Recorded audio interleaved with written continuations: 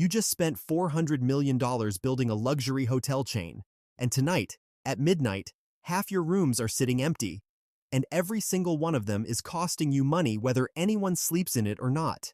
Today, you're going to find out why hotels don't actually sell rooms, they sell time. You'll see the real math behind occupancy rates, the algorithm that changes your prices every few minutes, and the exact reason one of the most famous hotel brands in history nearly collapsed doing everything right. Stick around, because the ending of this one is going to change how you look at every hotel room you ever book again. Level 1. The dream. You're 39 years old.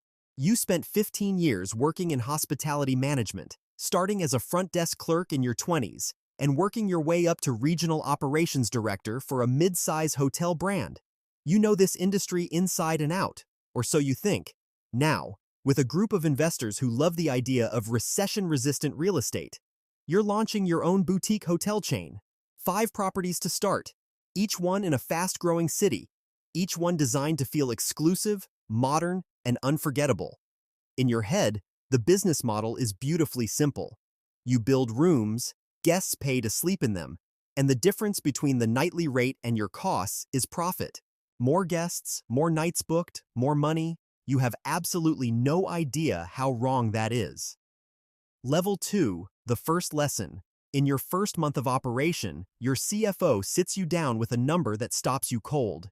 Each hotel room in your portfolio cost on average $220,000 to build and furnish, factoring in construction, plumbing, furniture, artwork, technology, and design. But here's the part that actually breaks your brain. That room costs you money every single night, whether or not a guest ever sleeps in it. Housekeeping staff, utilities, property taxes, loan payments, insurance, all of it runs 24/7, room by room, occupied or not. You just learned the first brutal truth of the hospitality industry. An empty room isn't neutral. It's actively losing money. Every single hour, it sits there with the lights off. Level 3, the false sense of control. In the early months, you focus on what feels intuitive: marketing, guest experience, 5-star reviews. You hire a design consultant, invest in premium bedding, and guest satisfaction scores shoot up. Bookings follow. Your first property hits 70% occupancy in its opening quarter, which the hospitality trade press calls an impressive launch. You feel like you've cracked the code. Great rooms, great service, great reviews. Everything else, you assume, will simply follow. You haven't cracked anything yet. You've only scratched the surface of an industry that runs on math far more brutal than guest satisfaction scores. Level 4, the weight of responsibility. 6 months in, you hire a revenue management director who came from a major international hotel brand. On her first day, she opens your booking system and shows you something that completely reframes the business in your mind. The exact same room, on the exact same night, can be sold at 8, 10, sometimes 15 different price points, depending on how far in advance it's booked, which channel it came through, whether it's a weekday or weekend, and what's happening in your city that particular week. A conference in town, a local festival, even a flight delay pattern at the nearby airport. All of it feeds into an algorithm that recalculates your room prices multiple times a day, sometimes multiple times an hour. This is called dynamic pricing, and it's not optional in this industry. It's survival. You realize that hospitality isn't really about hospitality at all, deep down. It's about predicting human behavior with enough precision to price a perishable product before it evaporates completely. Level 5, the perishable product. Your revenue director explains it to you in a way you'll never forget. A hotel room is exactly like an airline seat. The moment midnight passes and that room sits empty, that potential revenue is gone forever. You can't sell last night's room tomorrow. It simply doesn't exist anymore. This single fact reshapes every decision in the business. It's why hotels sometimes drop prices dramatically at the last minute, rather than let a room sit empty. Some revenue is better than none. It's also why, during high-demand periods, prices spike aggressively, because every single room booked during a sold-out weekend represents guests you're turning away who would have paid even more. You start to understand that you're not really in the hotel business. You're in the business of managing decay, a countdown clock on every single room, resetting itself every 24 hours, forever. Level 6, the operational trap. But operating physical hotels is unforgiving in ways that have nothing to do with pricing algorithms. You need housekeeping staff on site every single day, whether you're at 30% occupancy or 100%.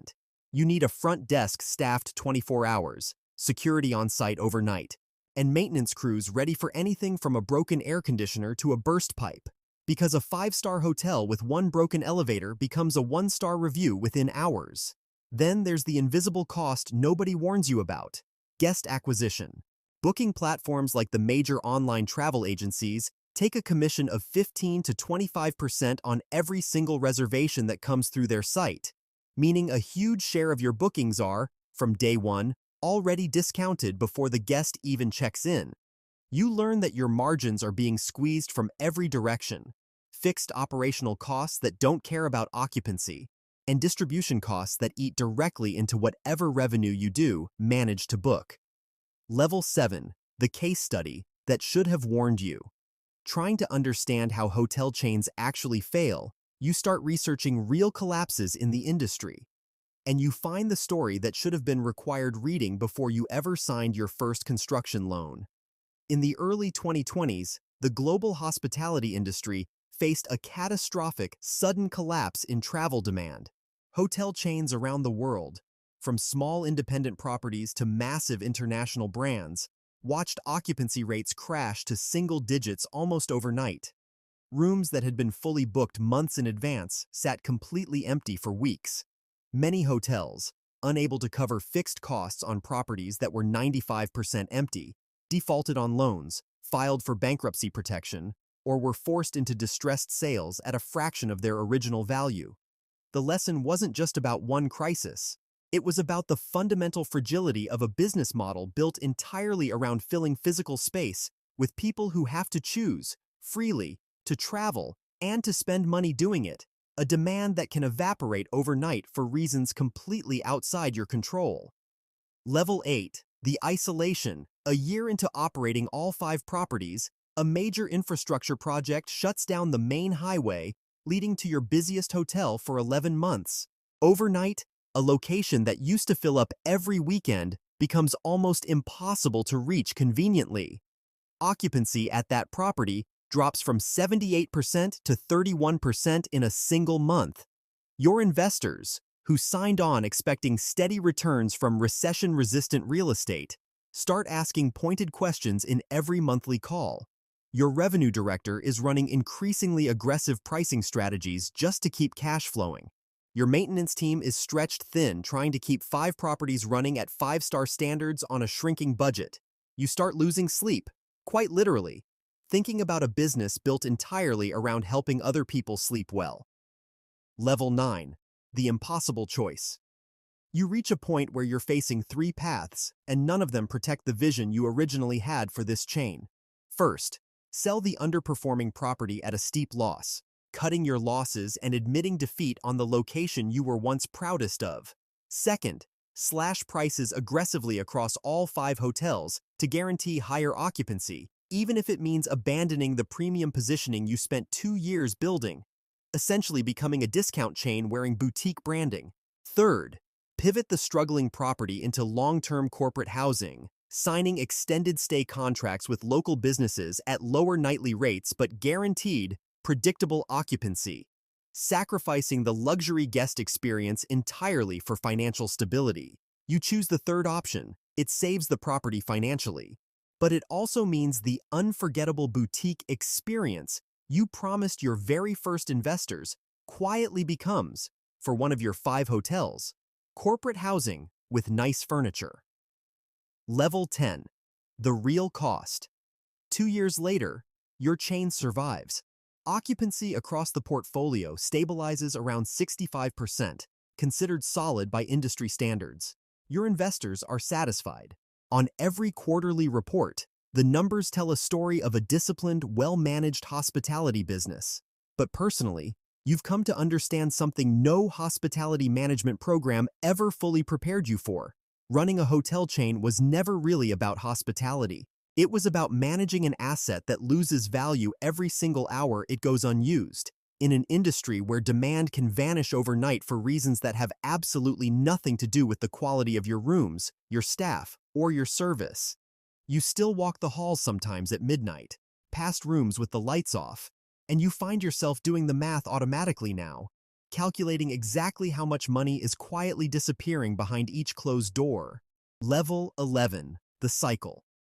Years later, you read about a young entrepreneur raising capital to launch a new boutique hotel brand, promising in every interview to reimagine what hospitality feels like and put the guest experience first. She believes she's building a business around comfort, design, and unforgettable stays. She has no idea she's actually about to spend the next decade managing a countdown clock that resets every single night, on every single room, whether anyone chooses to walk through the door or not. She thinks she knows what she's getting into. She doesn't. If this changed the way you'll look at a hotel room next time you check in, that's exactly the point. Subscribe and hit the bell, because next week we're breaking down another business that isn't what it looks like from the outside. New POV every week. See you in the next one.